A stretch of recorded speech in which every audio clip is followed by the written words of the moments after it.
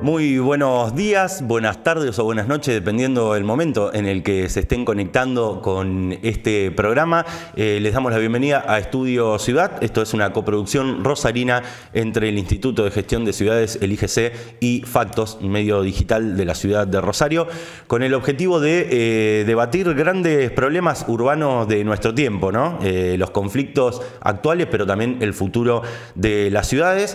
Básicamente, Estudio Ciudad es un espacio de encuentro entre especialistas, gestores públicos, funcionarios, organizaciones sociales, gente inquieta y de a pie, para que puedan intercambiar algunas ideas, experiencias de aprendizaje y entender un poco lo que ocurre en nuestras ciudades y pueblos en la actualidad.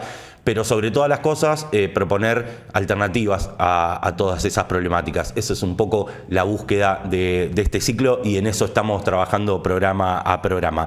En este capítulo actual vamos a trabajar sobre la gestión social del hábitat, sobre la vivienda, sobre todas las cosas.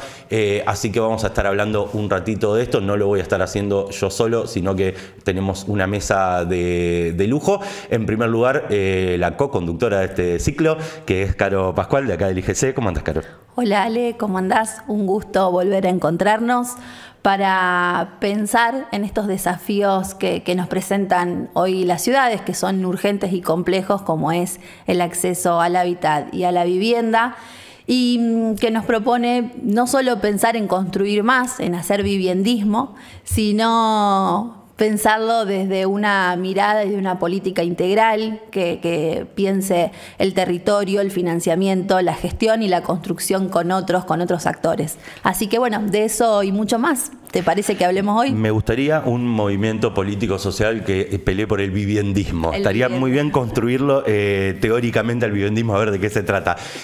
Además de Caro, que está acá conmigo, también tenemos desde Córdoba, está Daniela Gargantini, que es doctora en arquitectura por la Universidad Nacional de Rosario, investigadora del CONICET y miembro del equipo técnico del Centro Experimental de la Vivienda Económica en Córdoba, entre otras cosas, además de docente.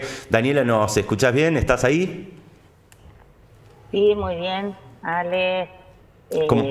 No, Caro, Oscar, gracias por la invitación. Siempre es un gusto, como les decía antes de conectarnos, poder sumar estos espacios, ¿no? Estos espacios digamos, de intercambio, también de repensar algunas cuestiones, de promover otras que se están haciendo, así que un gusto. Bueno, muchas gracias por estar ahí.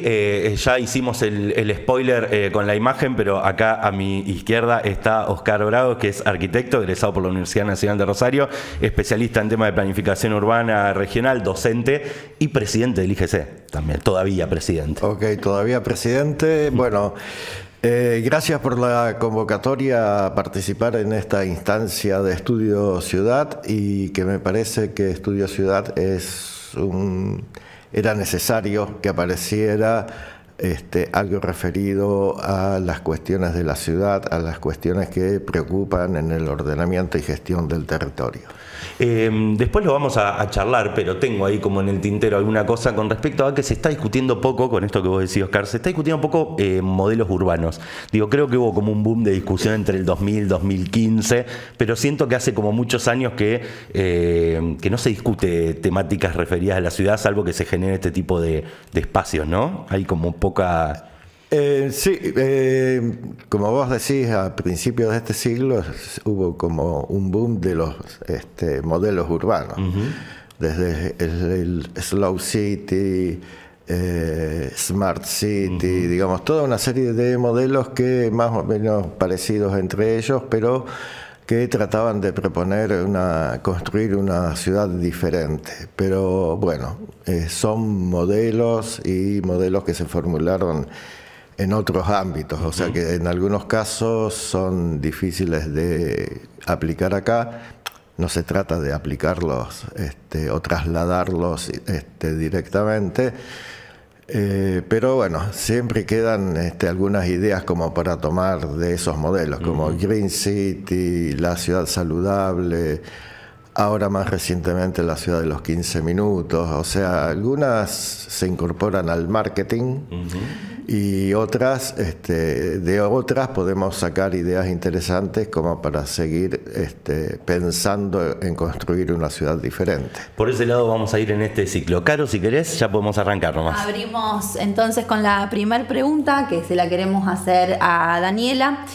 Y que nos puedas contar a partir de tu recorrido académico, profesional, cuáles son los puntos claves que deberíamos tener en cuenta para pensar esta nueva política de acceso al hábitat y la vivienda. ¿Por dónde ir? Mira, la verdad es que es súper desafiante la pregunta en términos de que tal vez es la pregunta que nos hacemos todos, ¿no? Y ahí, digamos, antes de por ahí especificar algunos de los puntos que nosotros venimos trabajando con distintos espacios y municipios del país, me gustaría complementar a lo que dijo Oscar, ¿no? Creo que si bien hace bastante que no, digamos que no discutimos modelos de ciudad, es cierto eso, creo que tal vez lo que estamos viviendo en los últimos tiempos es una crisis de la noción de lo público, ¿no? Y en eso la construcción de ciudades entra dentro del abanico de la construcción de lo público, ¿no? Todo modelo de ciudad, todo modelo de urbanismo supone, ¿no?, una idea de ciudad consensuada que por detrás tiene una idea de sociedad, ¿no? Y creo que eso hoy está en crisis, está profundamente en crisis, y soy una convencida de que hay mucho trabajo por hacer en términos de concientizar sobre la importancia. Cuando Ale, vos decías, ojalá tengamos un movimiento de viviendismo, ojalá podamos consolidar un movimiento ciudadano que reclame, ¿no?, modelos de ciudad, que reclame mejores políticas de vivienda. Creo que, digamos, antes de entrar en los puntos estos, sí, ¿no?, sí, totalmente, ¿no?, cuáles son los puntos claves, me parece que eso es como un telón de fondo lo suficientemente contundente, ¿no?, a partir del cual empezar a construir. Ahí hay un desafío profesional, hay un desafío académico, formativo y también ciudadano, importantísimo. Así que espacios como este, bienvenidos.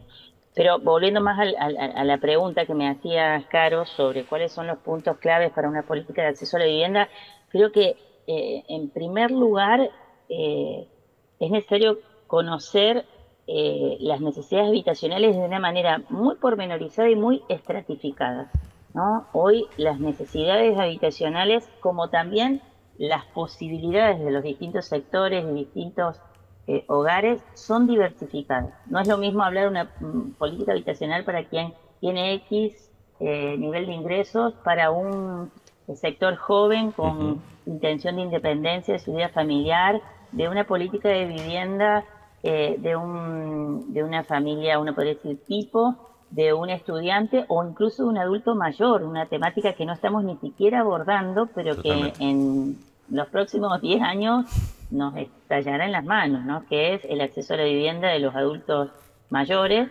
¿no? Cuando, bueno, todavía tenemos adultos mayores que han logrado ser propietarios a lo largo de su vida útil, ¿no?, su vida no útil en términos de utilidad, sí, laboral, ¿no?, pero que en las próximas décadas esa ecuación va a cambiar, ¿no? Entonces, en primer lugar, conocer estratificadamente las necesidades habitacionales, ¿no? Muy pormenorizadamente. Lamentablemente no hay registros pormenorizados de eso. Nosotros hace unos cuantos años hicimos un trabajo importante con el Ministerio del Interior de la Nación, haciendo todo un relevamiento de cómo eran los sistemas de registro de demanda habitacional en los municipios del país, porque entendíamos que de acuerdo a cómo relevábamos y entendíamos las problemáticas, también de ahí surgían las posibles soluciones e intervenciones, ¿no? Si uno percibe la problemática de manera muy sesgada, muy reducida, pues bien, tus políticas también van a tener esa impronta, ¿no? Bueno, después, si quieren, les cuento algunas iniciativas que hicimos. ¿Y con qué se encontraron? ¿Con qué se encontraron cuando hicieron ese estudio? Nos encontramos básicamente, Caro, con que los registros, los sistemas de registro, hay algunos sistemas de registro a nivel provincial, pero que están muy desconectados de las realidades locales, ¿no? El registro provincial, los registros provinciales muy asociados a los institutos provinciales de vivienda siguen funcionando, pero digamos, los hogares, la primera puerta que tocan a la hora de hacer valer sus necesidades son los municipios, ¿no? Y los municipios del país nos encontramos con que la mayoría de ellos no tienen sistemas de registro, los registros son todavía en papel, con escasísima actualización, enormes dificultades incluso con registros muy, como les decía, sesgados, muy vinculados a lo constructivo, que registran necesidades y no registran necesidades, sí, digo bien, pero no capacidades de los hogares, ¿no? Y entonces no solo es cuestión de listar necesidades, sino también, a ver, con qué recursos contamos para pensar políticas diversas, ¿no? En función de eso, bueno, después si quieren les cuento qué pusimos en marcha a partir de ese estudio, pero digo, para mencionar otros puntos, creo que además de conocer estratificadamente y reconocer esa diversidad de necesidades y capacidades existentes en cada territorio, es fundamental tener una política proactiva de tierra, lo cual supone o exige una idea de ciudad consensuada, ¿no? Esto que dice Oscar, recuperar la función de la planificación, ¿no? Bajo tal vez distintos modelos. También es cierto que la mayoría de nuestras ciudades en el país, ustedes saben que nuestro país sufre de un fenómeno que es inframunicipalismo, es decir, tenemos multiplicidad de municipios de muy pequeña escala y eso hace también que las capacidades técnicas no sean muchas veces las suficientes para enfrentar la complejidad de estos problemas, ¿no? Porque tenemos a veces secretarías de obras públicas que hacen todo, ¿no? Ofician de planificadores, constructores, licitadores, ejecutores, monitoreadores, bueno. Pero digo, hoy tener una política proactiva de tierras, ¿no? La conformación de bancos de tierra, loteos sociales, políticas de densificación en zonas ya servidas de la ciudad, ¿no? Poder tener sólidos instrumentos urbanísticos que nos permitan negociar, ¿no? En cierta igualdad de relaciones con los actores privados que tienen hoy capacidad de inversión en este sentido, es fundamental, ¿no? La tierra viene siendo como el primer obstáculo que los hogares y también los estados, ¿no? En todos sus niveles tienen a la hora de pensar políticas habitacionales, ¿no? El tercer punto yo diría también que es esto que les mencioné, ¿no? El tener sólidos mecanismos de articulación con el sector privado. En los instrumentos urbanísticos hoy disponibles, ¿no? de articulación público-privada se utilizan en algunas ciudades del país, especialmente en ciudades como de cierta escala, y no necesariamente con el objetivo para el cual han sido pensados, ¿no? Tienen un fin más de captación de recursos, ¿no? De autofinanciamiento, que un fin redistributivo, ¿no? Entonces, conocerlos en primer lugar y después disponerlos es un paso, y también tener mecanismos de control de su utilización, ¿no? Porque la simple disposición de normativas, como lo mismo, ¿no? La simple disposición de una planificación o de estrategias o mecanismos de este tipo, si después no hay un monitoreo de cómo se utilizan, para qué, con qué fines, y si han cumplido o no, van cumpliendo, y tener la capacidad de modificarlos, muchas veces termina desvirtuando el sentido para el cual han sido, ¿no? creados. Oscar. Perdón. Sí, discúlpame, Daniela, pensé que había cerrado ahí. No, en función de esto, creo que otro punto clave es tener totalmente claro que es necesario diversificar las políticas habitacionales. Disculpa. No, por favor. Acá también estamos todos resfriados, así que no te preocupes. Como yo. Perdón.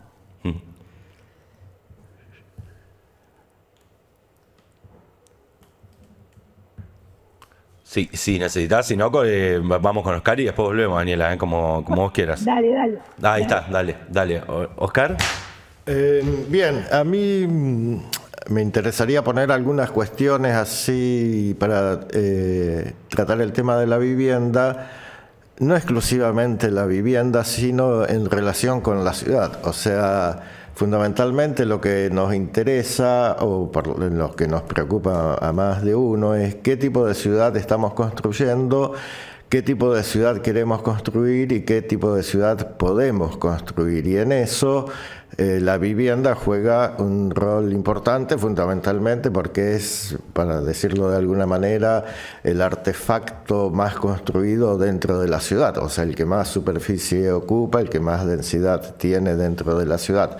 Y por lo tanto, entonces, no me interesa esta vinculación ciudad y vivienda desde el punto de vista de quién es el que construye y para quién está construyendo y cuáles son los resultados de ese proceso de construcción de las ciudades. Por un lado, nosotros tenemos que hay un porcentaje muy elevado de la población, por lo menos en las grandes ciudades, no así en las pequeñas ciudades o ciudades menores, pero sí en las grandes ciudades tenemos un gran porcentaje de la población que está debajo de la línea de pobreza y que no encuentra un lugar para desarrollar su vida cotidiana, o sea, y construir su vivienda.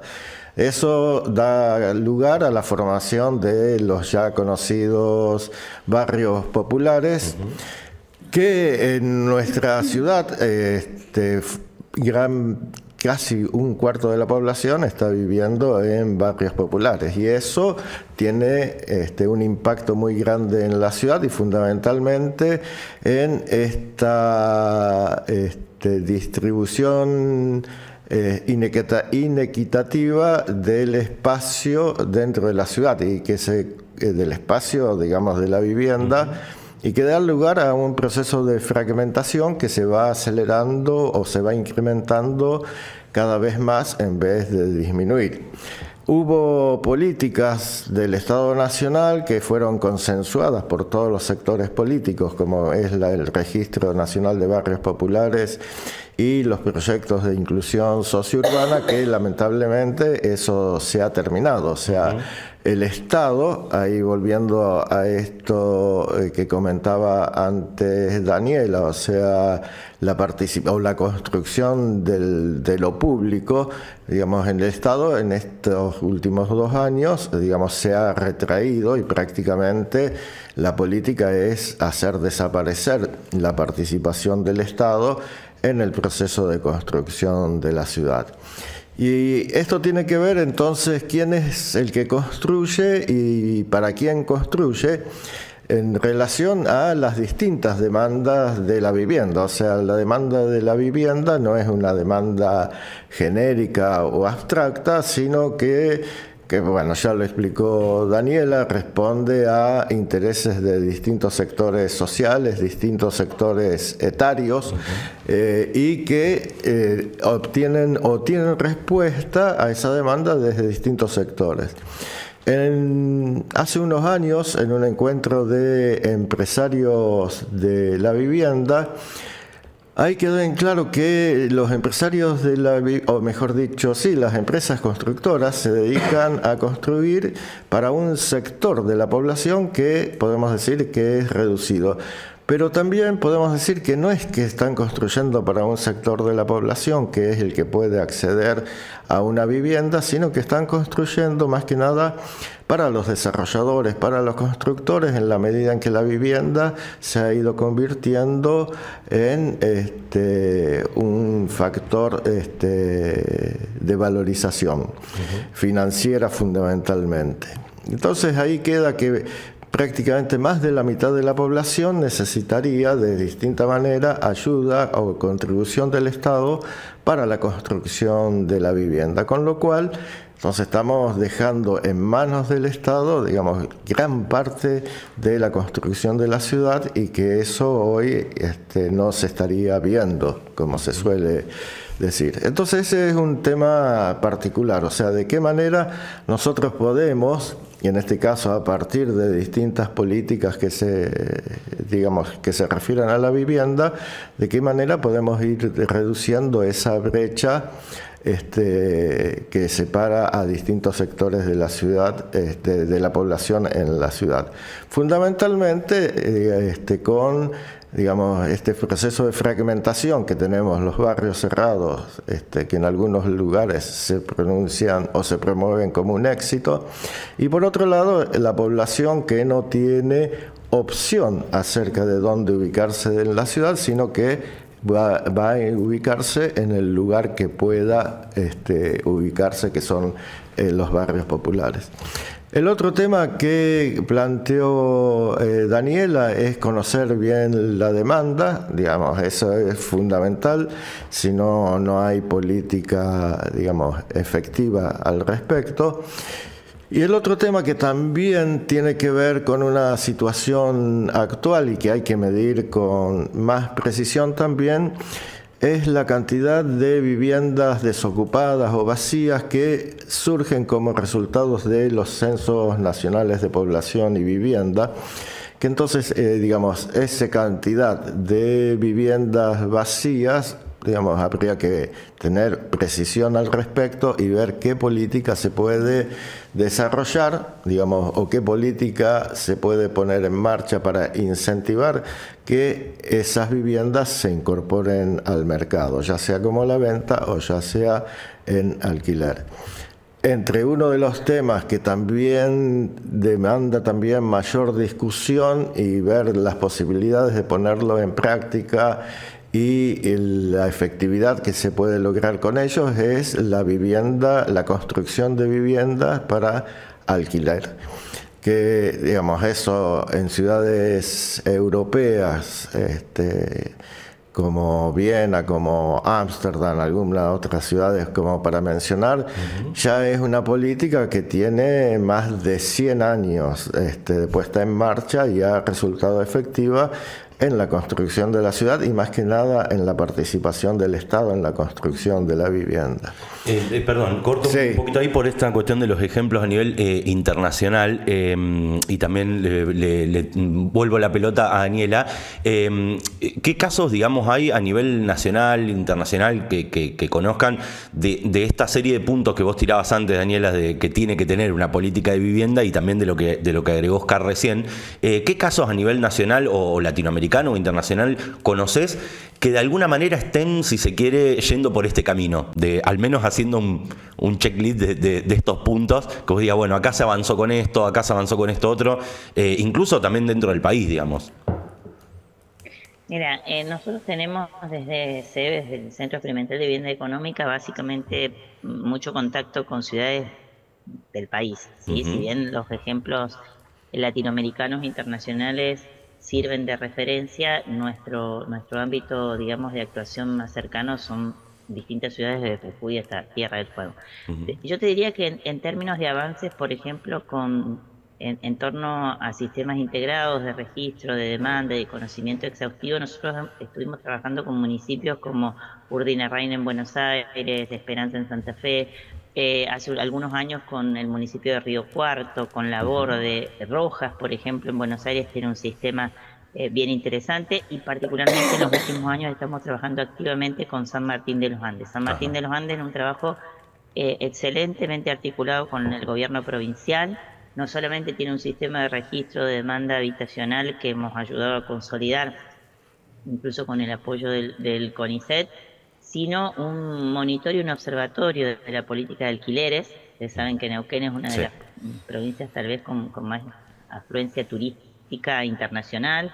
Eso está presionando fuertemente el mercado de vivienda en distintas ciudades, no solamente en San Martín, haciendo imposible la vida de los lugareños, incluso la instalación y la vida, digamos, diaria de personas que sostienen la actividad turística, como es quien atiende un hotel, quien te hace el recorrido turístico, médicos, maestros, se suma incluso la presión de las universidades. Córdoba, por ejemplo, es una ciudad con fuerte afluencia estudiantil, o sea que en términos de alquileres también hay una necesidad de estratificar y diversificar, porque cuando hablamos de políticas de alquileres tenemos las mismas diversidades. Sí, totalmente. Que no es lo mismo, ¿no?, hablar de un monitor de alquileres para esto, ¿no?, para San Martín de los Andes, para Añelo, una ciudad sumamente extractiva, o para alguna ciudad de empleo temporario del norte, ¿no?, o una ciudad universitaria. No, son como diversos perfiles de ciudad. Entonces, en ese sentido estamos avanzando. Te mencionaría esas ciudades y esas articulaciones provinciales. Particularmente en la temática de alquiler, hace un par de años constituimos la red FEBA. La red FEBA es la Red Federal de Estudios sobre Vivienda en Alquiler, con la primera encuesta nacional y federal de viviendas de alquileres, porque eso es un dato, tampoco tenemos datos oficiales de muchas de estas cuestiones, ¿no? Hay intentos de los movimientos, por ejemplo, de inquilinos, de generar encuestas anuales, pero en general bastante dispersas, no homologadas unas con otras, o no lo suficiente, o incluso metodológicamente, bueno, que pueden ser refutadas, ¿no? Bueno, la Red FEBA es otra de las iniciativas federales, ¿no? que en términos de municipios y provincias pueden apoyarse. Con respecto a política de tierras, creo que hay varias experiencias. Tal vez lo que no existe en ese sentido es una idea de planificación territorial en términos provinciales y también nacional, ¿no? Son intentos locales, ¿no? Grandes experiencias como la de Moreno, la de Trenquelauquen hace algunos años. Paraná tiene un excelente banco de tierras, ¿no? El mismo Río Cuarto, les mencioné, Roja. En términos de articulación público-privada, municipios como Arroyito. Nosotros también hemos trabajado bien interesantemente también con San Martín de los Andes en cesión, por ejemplo, de lotes sociales en barrios privados, ¿no? Bueno, hay buenos ejemplos, insisto en que son intentos locales, ¿no? Municipales. Hoy el país, en la mayoría de las provincias, no tienen leyes de planificación territorial, lo cual también deja ahí algunos grises interesantes, ¿no? Estamos planificando por localidad y no mirando el territorio de manera integral, y mucho menos en términos nacional, ¿no? Por lo mismo que decía Oscar, hay una retirada por parte del Estado en estas temáticas, ¿no? Y hay una ciudadanía que padece este tipo de construcción de territorio, de ciudad, pero que no reclama políticas en este sentido. Sí, da la sensación... No hay ninguna agenda política, ¿no? que ponga o que se siente interpelada por ciertas demandas ciudadanas en este sentido, ¿no? Pero por ahí va. Y después creo que en términos de políticas diversificadas, coincido con lo que decía Oscar, o sea, hay cierta capacidad de producción que hay que saber reorientar, ¿no? Es decir, bueno, cómo se produce hoy vivienda para quién y cómo podemos reorientar esa capacidad constructiva o incluso ese uso de ese parque habitacional construido y hoy ¿no? en desuso, uno podría decirse de esta manera, pero también explorar otras formas diversificadas de producción de vivienda, como son los círculos cerrados de vivienda, ¿no? Municipios como Hasenham, Chajarí, Río Primero tienen sólidas experiencias de círculos cerrados. Los círculos cerrados son mecanismos bien interesantes para una clase media que tiene capacidad de pago, ¿no? Y que generan como adhesiones mucho más solidarias, ¿no? A la producción sostenida de viviendas, la producción cooperativa, ¿no? Hay interesantísimas experiencias en Córdoba, en Buenos Aires en ese sentido. El acceso social a materiales, ¿no? La experiencia de la Fundación Sagrada Familia en Buenos Aires es un ejemplo que lleva varios años. Nosotros montamos en el 2018 en Córdoba, junto con la Universidad Católica, el Banco Social de Materiales Córdoba, ¿no? Y es decir, recuperar materiales de demoliciones o incluso de remodelaciones o de rezagos de corralones y volverlos a ingresar al circuito productivo, también desde una lógica de economía circular, ¿no? Y que permitió o permite acercar materiales de construcción a valor social, ¿no? A determinadas familias donde, bueno, hoy sabemos también la producción de materiales en muchos de ellos es monopólica en el país, ¿no? El cemento, el hierro, ¿no? Entonces, bueno, ¿cómo hacemos jugar eso de otra manera? También el acceso social a la asistencia técnica, ¿no? Grandes debates. Hace un par de semanas participé de un interesante avance que se está dando en la ciudad de Mar del Plata con el colegio profesional, ¿no? Donde se reconozca la asistencia técnica a procesos comunitarios, a procesos incluso sociales de construcción de hábitat, la instalación de consultorios barriales, ¿no? Alentados incluso por los colegios profesionales, así como tenemos dispensarios en salud, que es atención primaria de salud, ¿por qué no tenemos atención primaria de hábitat en barrios, ¿no? Que puedan colaborar en términos de asistencia técnica a los procesos autogestivos? En algún momento, por ejemplo, en el municipio de Esperanza, hace un par de años, funcionaba muy bien este tipo de asistencia, un municipio que entendió que la problemática no era solamente proveer vivienda, sino acompañar a aquellos que efectivamente iban a hacer su vivienda, ampliar su vivienda, incluso sin ninguna participación ni del Estado ni del profesional, pero que después, mal construida, terminaba engrosando el déficit cualitativo, ¿no? Entonces digo, creo que ahí hay una multiplicidad. Yo siempre digo que es como cuando uno va a un restaurante, ¿no? Tener un abanico amplio, un menú amplio de opciones normativas, tributarias, constructivas, de acceso a materiales, de financiamiento, de reconducción de producción privada, ¿no? De vivienda, debería ser el menú de todo Estado que se precie, ¿no? como un promotor de una política habitacional como la que precisamos. Y ese menú, en ese sentido, porque pienso, cada vez que charlamos sobre estos temas con diferentes personas, uno siempre abre como ese abanico, ¿no? Aparece la cuestión de la vivienda pública de alquiler, aparece el cooperativismo, aparecen distintas como herramientas que uno tiene a mano, pero ninguna de esas herramientas uno siente que formen parte de la caja de herramientas tanto del Estado como de la política, acá como lo pongo los dos juntos. En ese sentido, y les tiro la pregunta a los dos, tanto a Daniela como a Oscar, y que podamos también charlarlo, ¿cuánto de eso tiene que ver con un límite ideológico, político, de las propias fuerzas políticas que llevan adelante, digamos, distintos gobiernos en distintos municipios, provincia, nación? ¿Y cuánto tiene que ver de un problema ya estructural o de operativo del Estado? Digo, ¿cuánto hay de cada cosa en ese déficit de políticas habitacionales?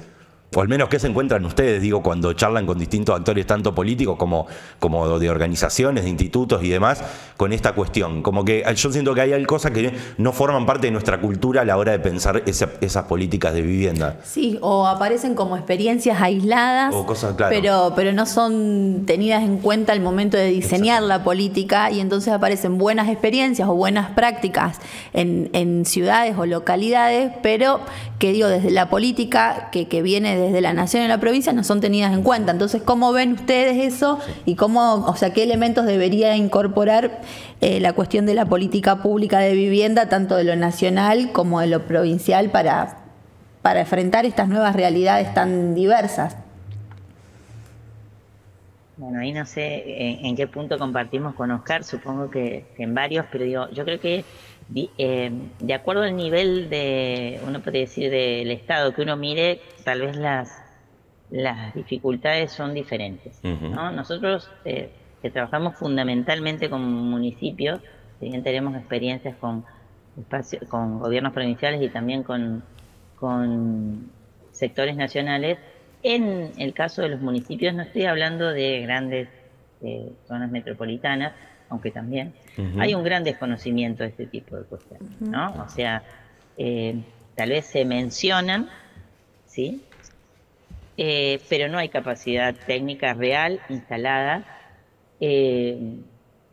¿no? En el hacer este tipo de cosas. Claro. O sea, hoy conseguir equipos técnicos que realmente sepan evaluar plusvalías, digo, dentro de los equipos técnicos del Estado, Claro. No lo estoy diciendo desde el ámbito privado, que de hecho los tienen muy aceitados. Sí, cuesta muchísimo encontrar especialistas en derecho urbano, claro, ¿no? En los equipos técnicos estatales, bueno, se cuentan con los dedos de la mano. Claro. Entonces creo que ahí hay un gran desconocimiento.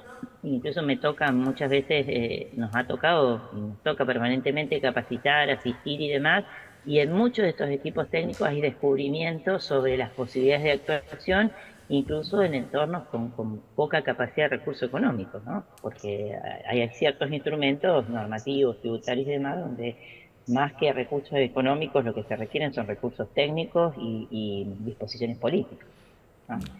Eso en primer lugar. sí creo que en términos provinciales y nacionales hay una ausencia así deliberada de que la política habitacional forme parte de la agenda política, ¿no? Y creo que en ese sentido, ahí comparto con Oscar el tema de que también se entiende que como la vivienda es un bien que sea financiarizado activamente, es una cuestión meramente de mercado, ¿no? Y no hay un reconocimiento de derechos por detrás, ni tampoco un reconocimiento de no todo lo que sucede o de todos los derechos que se vulneran si uno no atiende las condiciones urbano-habitacionales, ¿no? Lo que implica en términos de acceso a la salud, a la educación, ¿no? Y cómo un buen manejo de lo urbano habitacional te reduce, ¿no?, gastos en ese sentido, te abre puertas en términos de inserción social, en disminución de la inseguridad, etcétera, etcétera. Ahí creo que hay digamos, el retroceso ha sido notorio. Hemos llegado a tener un Ministerio de Desarrollo Territorial y Hábitat con muchas de estas iniciativas que la verdad ha tenido muy poco tiempo de vida, ¿no? Y bueno, son problemáticas lo suficientemente complejas para no tener que resolverse solo en los ámbitos locales. Si bien los ámbitos municipales y locales son fundamentales, ¿sí?, en este quehacer, sin ese otro andamiaje provincial y nacional, bueno, se transforman en esto que están compartiendo ustedes, ¿no? Por ahí muy buenas experiencias que resuelven la situación particular de determinados lugares, pero que no son tomadas, no se retoman desde otros ámbitos de mayor escala, tratando de multiplicar este impacto, ¿no? Por eso yo insisto así muy cabezonamente en dos ejes. A mí me parece que el tema de la formación técnica es fundamental y ahí hay una crítica profunda a nuestro sistema universitario en estas áreas. Las facultades de arquitectura, las facultades de ingeniería, el alumno de grado sale con poquísimo conocimiento de estas temáticas, básicamente porque también tenemos una formación muy orientada a la producción de mercado, ¿no? No hay una formación vinculada a la función pública seria en el ámbito de lo urbanístico y particularmente de lo habitacional, ¿no? No hay una formación seria en el país. La mayoría de las asignaturas siguen siendo electivas, como si la problemática habitacional del país fuera electiva. Pudiéramos elegir no dedicarnos un porcentaje importante de profesionales a esto, ¿no? Porque también hay un desprestigio de la función pública, ¿no? Y por otro lado, una sólida formación ciudadana, es decir, a ver, ¿qué supone que nuestras ciudades se planifiquen mal? ¿Cómo me termina afectando la vida, ¿no? Creo que hay mucho más camino hecho o ganado en términos ciudadanos, en términos ambientales, ¿no?, que en términos de malas conformaciones urbanísticas, de extensiones desmedidas, de crecimiento de barrios cerrados y asentamientos. Ahí no hay conciencia, ¿no? Y hay mucha gente que incluso defiende esas modalidades, ¿no?, atado a cuestiones de inseguridad, de mejor calidad de vida, de que si no lo resuelvo así de esta manera no hay posibilidades de resolverlo de otro. Bueno, creo que eso también es un caldo de cultivo fenomenal para que después, cuando el Estado decide en estamentos, digamos, superiores retirarse, pues nadie reclama, ¿no? Lo padecemos, lo criticamos, pero no visualizamos al Estado como sujeto de resolución de estas grandes problemáticas. Oscar, vos ahí también me imagino, entre la facultad y la formación de los pibes y las pibas en la universidad, además lo que te encontrás en el laburo más profesional y demás, ¿qué análisis haces? Sí, en primer lugar me parece que hablando de legislación y de otros ámbitos que excedan a lo comunal o lo municipal, creo que lo que está faltando, en el caso de la provincia de Santa Fe hablo, es una legislación referida al ordenamiento y gestión de las ciudades.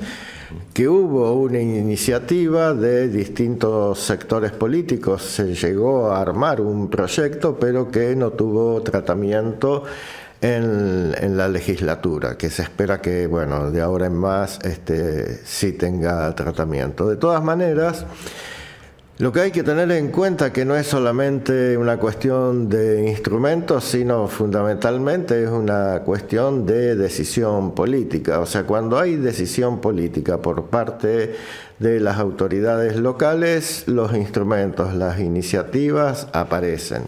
O sea, y hay ejemplos. El tema es que, como recién decía Daniela, y todos los ejemplos que enumeró, esos ejemplos no son muy conocidos o no son replicados o se intenta replicarlo en otros lugares, o sea que es como que, bueno, son ejemplos aislados y siguen siendo ejemplos aislados de la voluntad que tiene una autoridad local como para llevarlos adelante. Y en general son ejemplos de localidades pequeñas o de mediana escala. Y que nosotros acá en el área metropolitana también podemos encontrar algunas localidades que llevan adelante una política proactiva en relación con el suelo y con la vivienda. O sea, estoy mencionando dos, por ejemplo, el caso de Pavón y el caso de General Lagos, dos políticas diferentes o distintas, pero que tienen por finalidad garantizar en un caso el acceso al suelo para la construcción de la vivienda y en el otro caso articularse con la provincia para la construcción de viviendas. O sea que hay iniciativas, pero digamos falta todavía que todo eso que está suelto comience a articularse en políticas de mayor alcance. Y ahí entiendo también que el otro tema que tenemos para resolver es digamos, de la demanda, de esta estratificación de la demanda que aparece, que recién se dijo que es necesaria como para poder tener un diagnóstico real del estado de situación, cosa que, digamos, no se tiene en todos los casos. Y respecto de la enseñanza universitaria, bueno, ahí me siento tocado, digamos, por lo que me corresponde, particularmente porque soy profesor de urbanismo. De todas maneras, nosotros, digamos, de acuerdo a la carga horaria, esto no es para justificarnos, que tenemos, tratamos de poner en juego todas estas cuestiones. Sí, y ahí también hay que hacer un trabajo mucho más amplio, porque los mismos estudiantes tienen una idea totalmente distorsionada de lo que es la demanda de la vivienda y del rol que juega el sector público en la construcción de la vivienda y en la construcción de la ciudad. Y eso, eso es reflejo de lo que piensa de la misma sociedad. O sea, este sector de la ciudad no es para vivienda pública, o este sector de la ciudad no es para otra cosa que para vivienda pública. Estos son conceptos que están muy arraigados todavía y sobre los cuales tenemos que seguir trabajando como para demostrar que el Estado puede hacer cosas mejores que hace el sector privado en la construcción de la vivienda y en la construcción de la ciudad. Pero bueno, esto sería tema es motivo de otro streaming. No, exactamente. Y de hecho, Oscar, que en mi caso yo también soy docente universitario, o sea que la crítica es autocrítica, ¿no? Sí, los dos son igual de responsables, tanto Oscar como vos, Daniela, son responsables de esta situación. Lo que digo es que es importante, incluso la recuperación de que el desarrollo y el éxito profesional también pasa por ejercer la función pública, es un ámbito que hasta hace unas décadas atrás era, digamos, un honor llegar a ser director, secretario de planeamiento en un municipio. Hoy esa posibilidad, no se visualiza como atractiva, ¿no? Sí, como es un garrón, no me des esa función, claro, porque si no me matas. No, digamos, sí, o efectivamente desde ahí es poco lo que se puede hacer. Claro. Que ahí forma parte, como dice Oscar, de cierto desprestigio, también de ciertos valores que se van imponiendo en términos sociales, pero digo, es importante que en la universidad retomemos estas cuestiones, ¿no? Porque si esto sucediera en otros ámbitos, no sé, en la salud o en la educación, nos quedaríamos sin derechos básicos en ese sentido, ¿no? Creo que son como distintos puntos a enfrentar. Ninguno es mágico o no resuelve por sí solo el problema, pero bueno, es importante reconocer a la pregunta de ustedes de cuáles son los puntos claves. Bueno, claro. Ahí van, ¿no? Bueno, ¿te parece para ir cerrando hacer una última pregunta que funcione a modo de síntesis?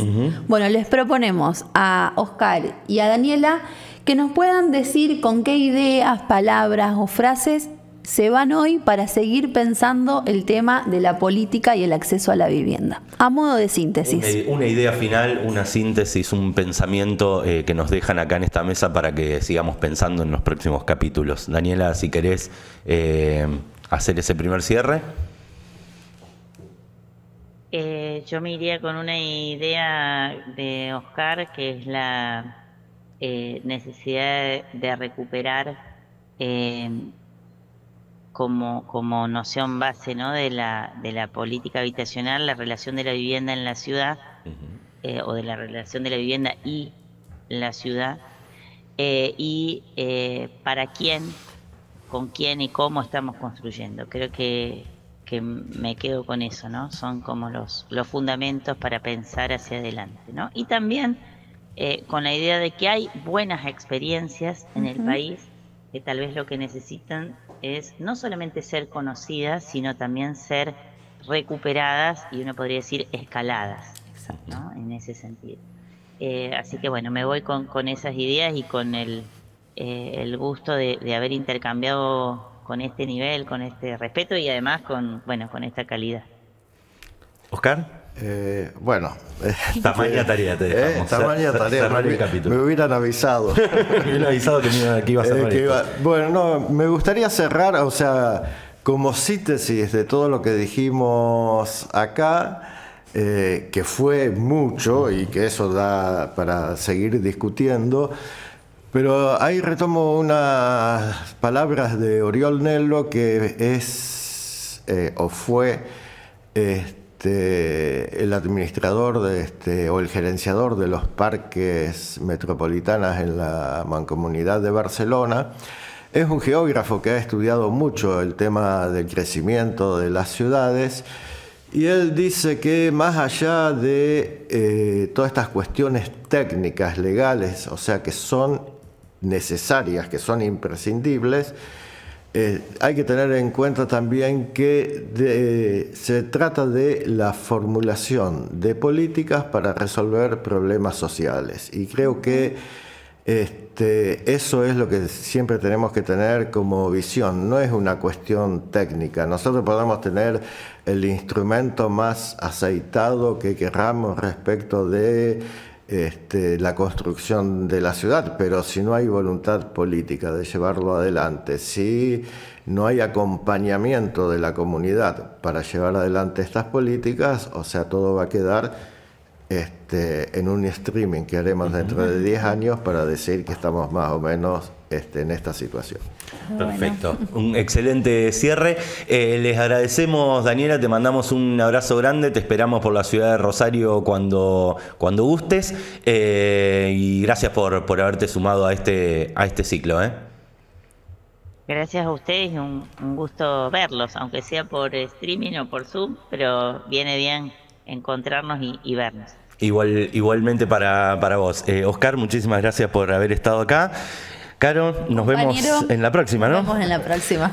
Nos vemos en el próximo Estudio Ciudad. Muchas gracias a los que están mirando. Sigan chusmeando los distintos capítulos que vamos a ir subiendo en este ciclo que será largo. Gracias, nos vemos la próxima.